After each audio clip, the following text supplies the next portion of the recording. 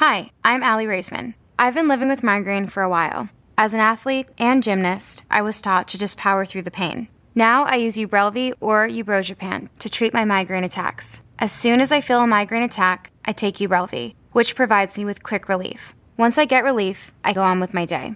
I'm partnering with Ubrelvy to share my migraine story.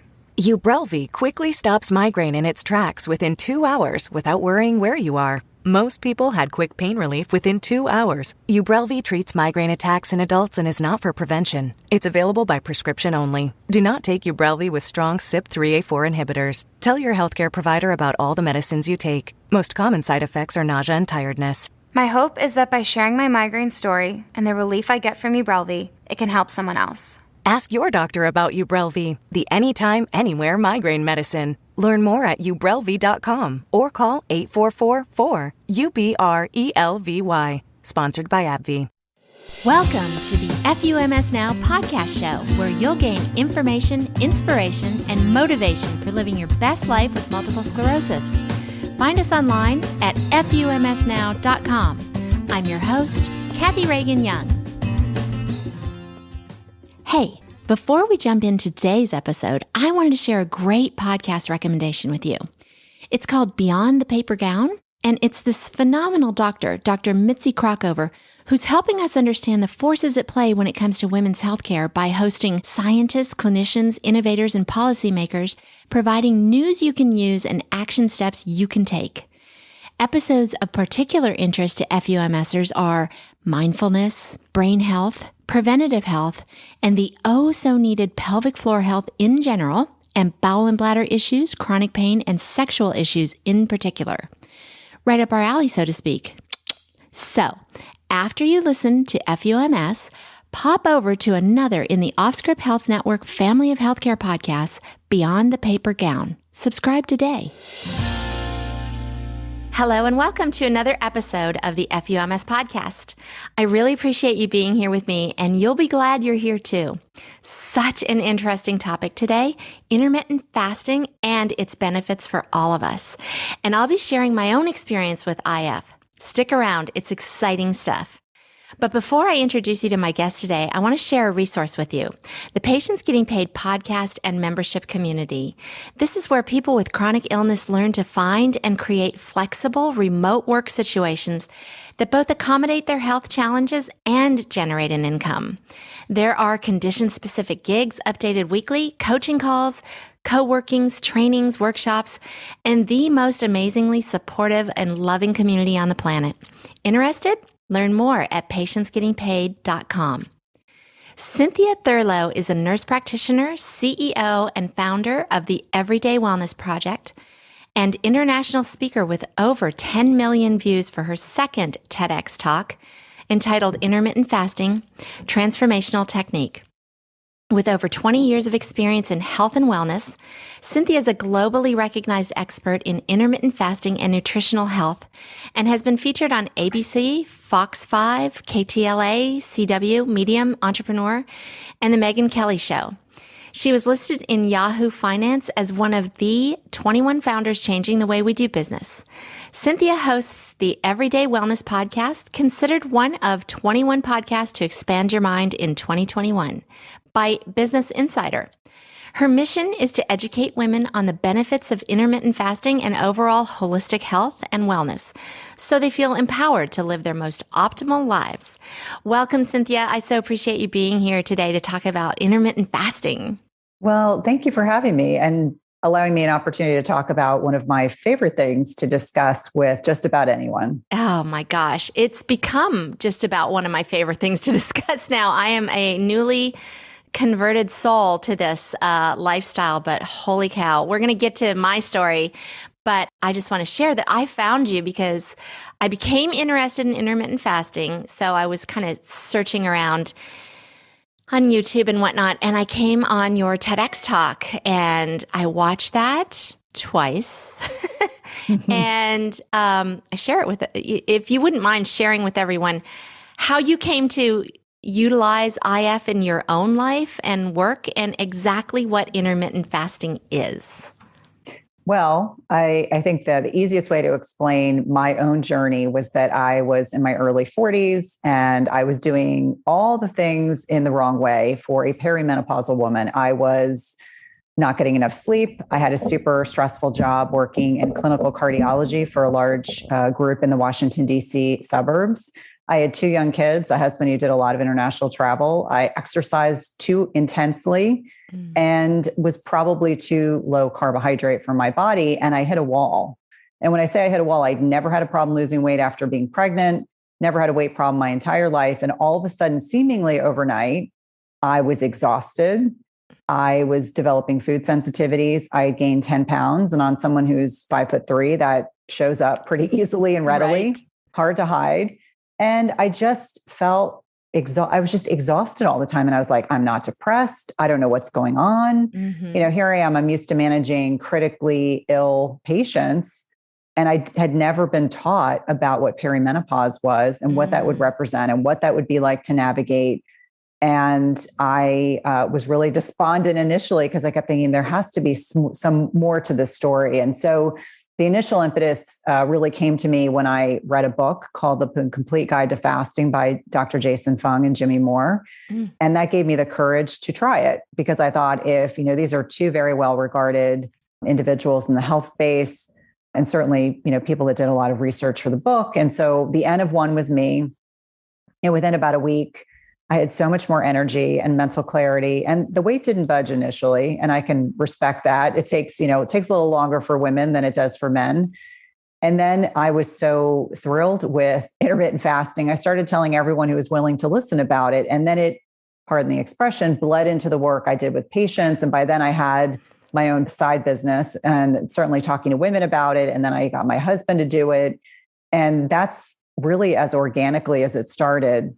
Now, I think a really easy way to explain what intermittent fasting is that you're eating within a prescribed time period. You're eating less frequently. We've been conditioned by society, our healthcare professionals, that we should eat frequently to stoke our metabolism and that we should have snacks and mini meals. And that is what is destroying and eroding our health, not only as a nation, but most westernized countries.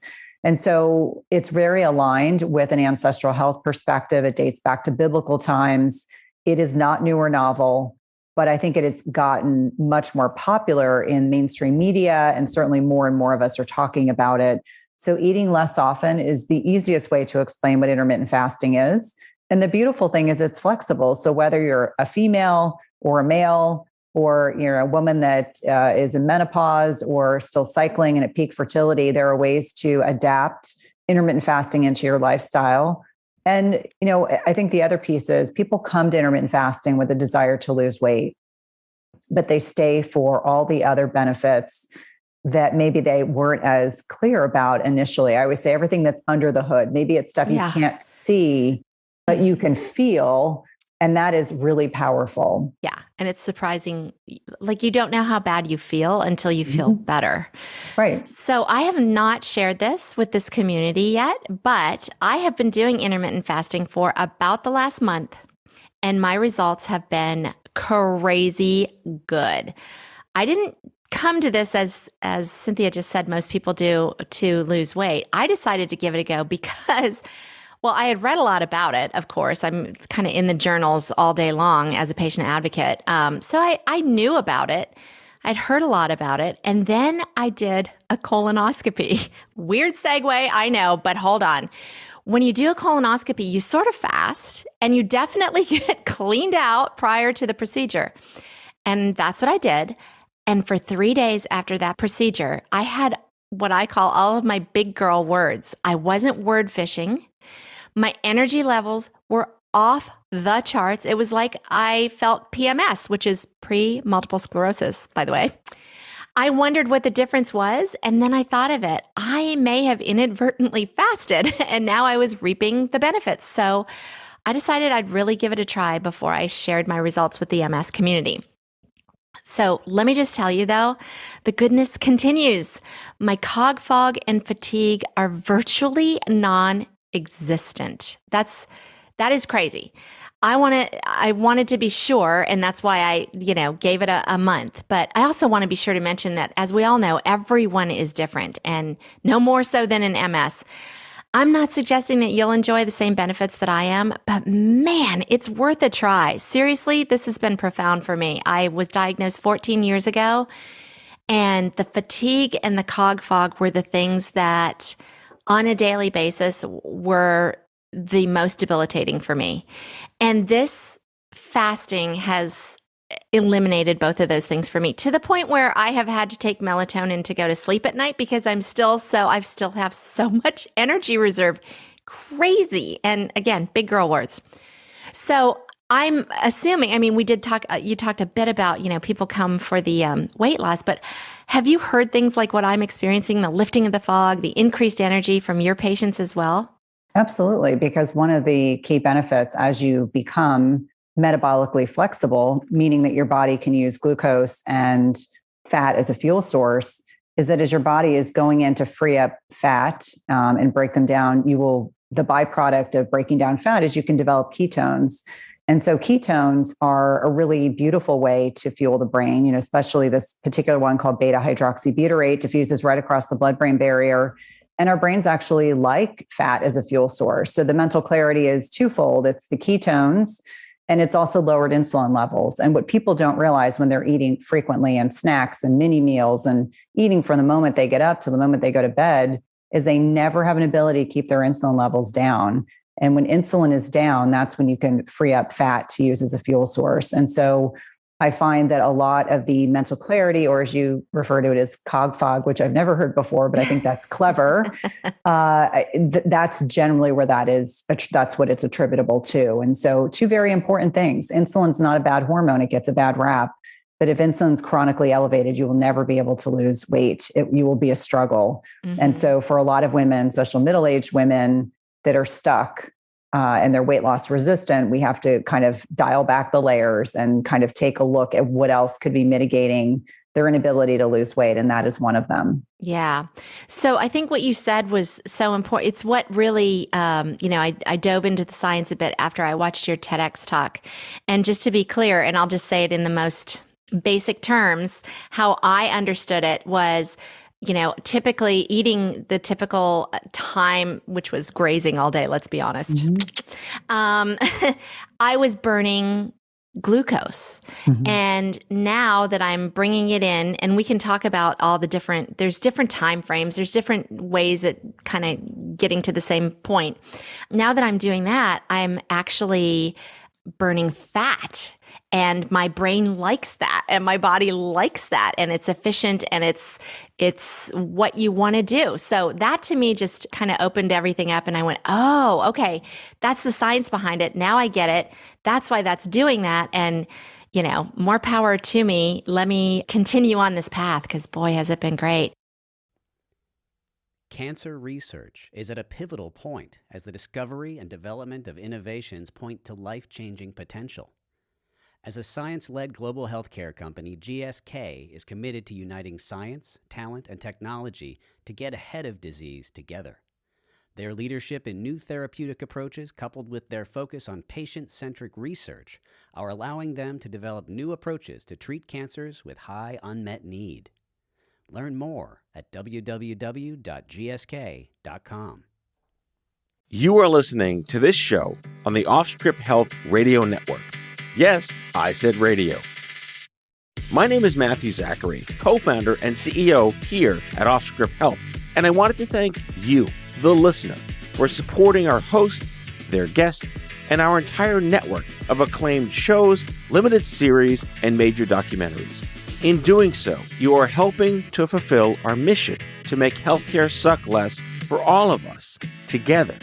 To learn more about Off-Script Health and our network of other shows, series, and documentaries, visit offscripthealth.com. That's offscript.com. So I know you do a lot of work with women around menopause and IF's benefits there. And you talk a lot about sort of hormonal balance, and you just made mention of insulin, but that's just one positive outcome of IF. I'm assuming that hormonal balance isn't just for women in in menopause. This benefits us all. Is that right? That's right. And the book actually addresses women in peak fertile years under the age of 35, and then the very special perimenopause, the 5 to 10 years preceding menopause. And then menopause is 12 months without a menstrual cycle. There seems to be a lot of ambiguity about that term, so I always like to define it. And yes, women at each stage of life can absolutely benefit. A lot of what people are struggling with right now, when I lean into what patients have told me over the years, and certainly women north of 35, which are the bulk of the people that I work with, is that whatever they used to do before no longer works. Whether it was caloric restriction, thinking they could be the cardio bunny and get on the treadmill for 2 hours to offset the meal they ate at Wendy's. All of those strategies, not sleeping sufficiently, not managing their stress, all of a sudden those things don't work anymore. Right. And so what I really like to teach women, irrespective of life stage, is what they really need to lean into, and not apologizing for our physiology. I think we are, in so many ways, we are constantly apologizing. I'm sorry I have my period. I'm sorry that I have to do this. I'm sorry that I'm so sleepy because it's right before I'm going to get my menstrual cycle, or I have all this energy because I'm in the follicular phase, the first 2 weeks of my menstrual cycle. So there are a lot of different variations, but women can absolutely, with a few exceptions, fast safely. And for some women, they may, if they're in their peak fertile years and they're lean, they may just do a 12-hour digestive rest versus a menopausal woman who doesn't have as much hormonal flux day to day, week to week. They get away with a whole lot more. And so irrespective of where people are, most, if not all women can fast successfully. I have two things to say. First of all, digestive rest. That is a much nicer way of saying this, I think. I think that really conjures up kind of a more loving tone than fasting. So I love that. And I would say, well, first of all, you work with women, so you're speaking specifically to women, but men do this too very successfully. Yes, so just absolutely. Throwing it out there, because we have lots of men in our audience as well. And I would suspect that when you say most women can do this, I would suspect that those that shouldn't are probably breastfeeding and pregnant. Is that correct? Yes. Or if they have a history of eating disorders. And I say that with love, because there are always exceptions, whether it's binging, anorexia, bulimia. But I've worked with enough eating disorder patients over the years, and certainly have lots of colleagues that are specialists in this area. And it really takes a highly motivated individual combined with a mental health specialist who they then decide this is the right strategy. But I find for a lot of people, and we certainly see evidence of this on social media, where there are a lot of individuals who I suspect are anorexic. And what they do is they hide their eating disorder under the guise of intermittent fasting. And so I always like to be very clear. There's always exceptions for that. Sure. But if you are growing a human or feeding a human, that is not the time to fast. And there's a lot of evidence, epigenetic changes that can occur, especially with pregnancy. And there are a lot of physician colleagues that also agree with that. So I feel very comfortable. Again, on social media, you'll see a lot of people using those as strategies because they're desperate to lose weight after being pregnant, or they think that they can successfully fast. And I don't know about you, but with each one of my pregnancies, not as much when I was pregnant, but when I was breastfeeding, my hunger was like, this was what my teenage boys are like. You just can't get enough food. No joke. So the idea of restricting in order to impact breast milk production to me seems silly. Yeah, totally agree. There's a couple of terms here that I want to ask you about. What is metabolic flexibility, and how does this improve when practicing intermittent fasting? This is critically important because we know, based on a 2018 research study that was done out of UNC Chapel Hill School of Public Health, is that 88.2% of individuals at that time in the United States were not metabolically healthy. And so when I talk about metabolic flexibility, and it's probably worse given the past 2 years, when I talk about metabolic flexibility, what I'm talking about is your body can flex between using fats or glucose for a fuel source. And we want to be able to have both. We don't want to be stuck in the sugar burning mode, because that is incredibly inefficient. And there's a whole series of things that go along with that. It means that your fasting insulin is within a healthy range. Your fasting glucose, you don't have high blood pressure. You're not struggling with metabolic resistance, meaning that your waist circumference for a man is greater than 45 inches and for women greater than 35 inches. It means that your fasting lipids look pristine. Your triglycerides are under 100. Your HDL, if you're a man, is greater than 45 and a woman greater than 55. And those are some of the parameters that we look at when we look at metabolic flexibility, but it is really when our body is running efficiently, we're able to flex between using fats and glucose as fuel substrates. And it also means that these are individuals that are probably at a healthy, when I say healthy, because it's all different based on our unique needs, Sure. at a healthy weight. We sleep well, we manage our stress, we exercise, we eat an anti-inflammatory diet. And like I said, even if we look at that statistic from 4 years ago, most Americans, and this probably applies to most westernized countries, are not healthy. Mm-hmm. And so it's really becoming a public health threat. Yeah. Our bodies just amaze me. The more I learn, the more I am absolutely blown away by what our bodies are capable of. So here's another term. I hope I'm saying it correctly. Autophagy? Yes. Saying that. What is autophagy and what benefits are found with that? Okay, so autophagy is this really cool term, and I want your listeners to think of it as you're taking out the garbage. So when we're in an unfed state, our body goes in and removes debris, diseased cells, old mitochondria, organelles, and gets rid of it. So it's sweeping through there when we're not eating. Okay. Yeah, good. it's like when the garbage man comes to the end of your street and takes your trash away. It's the same concept. Yeah. But if we're eating constantly, we're not tapping into this intrinsic property. And so people always want to know, how many hours do I need to fast before I really get into autophagy?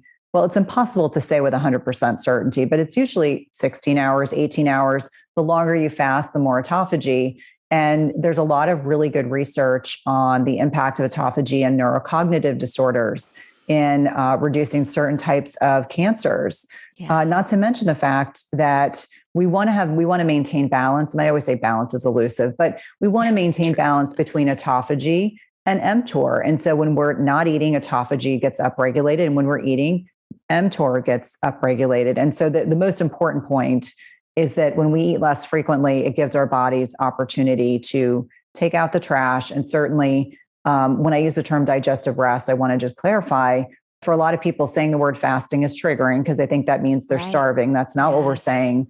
But I think it's important to understand that even 12 hours of not eating, AKA digestive rest, has benefits. There are a lot of things that go on behind the scenes. So autophagy is one of my favorite topics because there's so many nuances and there's so much to autophagy. Yeah. But fasting is one of the ways to tap into autophagy. Well, and what I read about it was, and that caught my attention because of, my MS community, is it has anti-inflammatory effects. That's huge. We are balls of inflammation.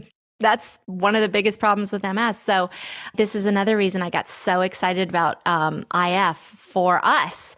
And so autophagy aids in anti-inflammatory effects. That's just beyond exciting to me. And I think it would be to everyone. I just feel like I'm giving such great news to my community right now.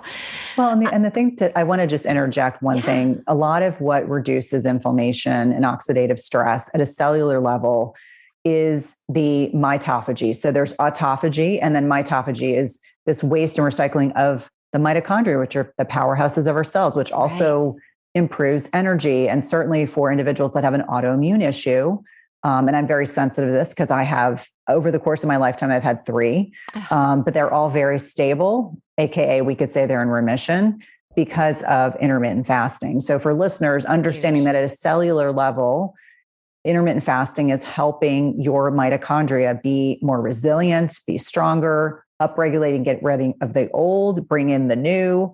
And that's very, very important. That's huge. So I imagine you get these questions a lot. Like, what are the signs that intermittent fasting is working for you? And what are the signs that it's not working for you? And I got to think that's fairly individual. Yeah. Yes. So bioindividuality rules. And I tell everyone this all the time. There are people who are desperate. They desperately want to lose or improve, insert whatever the symptom is. And so you can't force anything in life. I'm a big believer in that. But what I would say is that when we're talking about fasting, signs that it's working for you, you have more energy, you sleep well, you're able to engage in physical activity that you enjoy, you're not having digestive issues, you don't have brain fog, your menstrual cycles are regular. That's important. I always say our menstrual cycles are a barometer of how our bodies respond to eating less often. Signs it's not working for you. You can't sleep. You are exhausted. you are having trouble making it through a workout, you're having digestive issues, your menstrual cycle is gone. And not because of pregnancy and not because you're in menopause, but your menstrual cycle has just gone poof. Right. That is always a sign that it might be too much stress for your body. And the one thing that I want to interject is that intermittent fasting is a form of hormesis or hormetic stress. So that means it has to be the right amount of stress at the right time in the right individual. And there's lots of examples of hormesis beyond intermittent fasting, like high intensity interval training and cryotherapy or cold showers. I mean, those are all examples. But this is when I always talk to women in particular, because we are unique. We have these menstrual cycles until we go into menopause. There's a right time to fast. There's a wrong time to fast. And so I talk about that in the book as well. But for the benefit of listeners, just really explaining, like, if you're still getting a menstrual cycle, then you need to understand when to fast and when not to fast. Gotcha. So, okay, let's go there. What are the different types of fasting, and why is the 16-8 fast a good starting point? Or is it? That's what I assumed, but so when we're talking about different types of fasting, I like the 16-8 for a lot of different reasons, but I feel like it's an achievable goal for most people. Most people they can work their way up to that. There are tons of different varieties. There are OMAD, which is 1 meal a day. I don't recommend women do this consistently for a variety of reasons, largely because you can't get enough macros into 1 meal out of the day, unless you're a superhuman. I just don't meet most people who can get by with 100 grams of protein in a meal and not feel like they need to go take a 2 to 3 hour nap. Right. There are alternate day fasting. There is, fasting where you fast 2 days out of the week, and then the other 5 days you're eating your normal meal frequency. I think that can be harder. Sometimes the 5-2 can also be 5 days of your normal eating, or you have 2 24-hour fasts, or you also have 2 days of caloric restriction, meaning that you are consuming under 500 calories a day if you're a woman, under 600 calories a day for a male. It's really hard. That's like one teeny tiny meal. Yeah, that sounds like no fun. Yeah, so there are a lot of varieties. There's also a 24-hour fast. You can see 30-hour fast. I mean, there are longer, prolonged episodes of fasting, but when we're talking about an achievable goal for a beginner, you start with 12 hours and you slowly kind of move that window out. I find for most patients, they do better having a consistent schedule as opposed to, well, I want to go I'm going on vacation. I'm going to eat 3 meals a day. And then they come home and they feel terrible. Yeah. I do think OMAD is particularly beneficial if you're having a special event or you've gone on vacation, you want to get back on track. And so you just have one meal during your day and then you get back on track. But there's a lot of different ways to look at it. But for each one of us, it's very different. I can tell you, if I was still working in a clinical environment, I could not do the type of fasting I'm doing right now because I would not have been able to stop and eat it, 11 o'clock in the morning and, 2 o'clock in the afternoon. That would not have been feasible. So I think it's really dependent on the individual, but certainly experimenting is a great way to figure out what works best for you. 100%. And I just wanted to be clear, say, we're mentioning, for instance, 16-8. That means that you are actually not eating. You are fasting for 16 hours. Mm-hmm. And then within the window of 8 hours. So as an example, I started with this. So I would finish eating by 6 o'clock at night, and then I would not eat again. Nothing would pass my lips other than black coffee or black or green tea or water. That's clean. And we'll get to that too. Until 10 o'clock the next morning. And that has been working great for me. I will say, I think I found my sweet spot at 17-7 for me. Mm-hmm. That just works. But that's another thing I really like about this. As to your point, experiment, see what works for you. But also, I went out and for dinner with some friends last weekend, and I just adjusted. I like that you can adjust. So then the next morning, like from the time, let's say I didn't finish eating until 8 o'clock that night, I just adjusted it. Then the next morning, I didn't eat as early as I had normally and just got back on my routine. So, mine is not to lose weight, although I will say I have dropped some poundage, which I am not angry about at all. But, depending on what it is that you're trying to do, it's very flexible. And back in the days when I was trying to lose weight, it was just too much to keep up with for me. Either it was calories or it was, you should only be eating this with that. All that nonsense just goes out the window with this. I mean, it really is, for me, so simple and so flexible. It's a whole nother reason that I love it. The doors to the Patients Getting Paid membership community are now wide open. This is a community of people with chronic illness learning to find and create flexible remote work that accommodates their health. I call us chronicpreneurs. There are trainings, coaching calls, networking opportunities, co-workings, and a ton of resources. Want to take better care of yourself and still generate an income? Join us at patientsgettingpaid.com.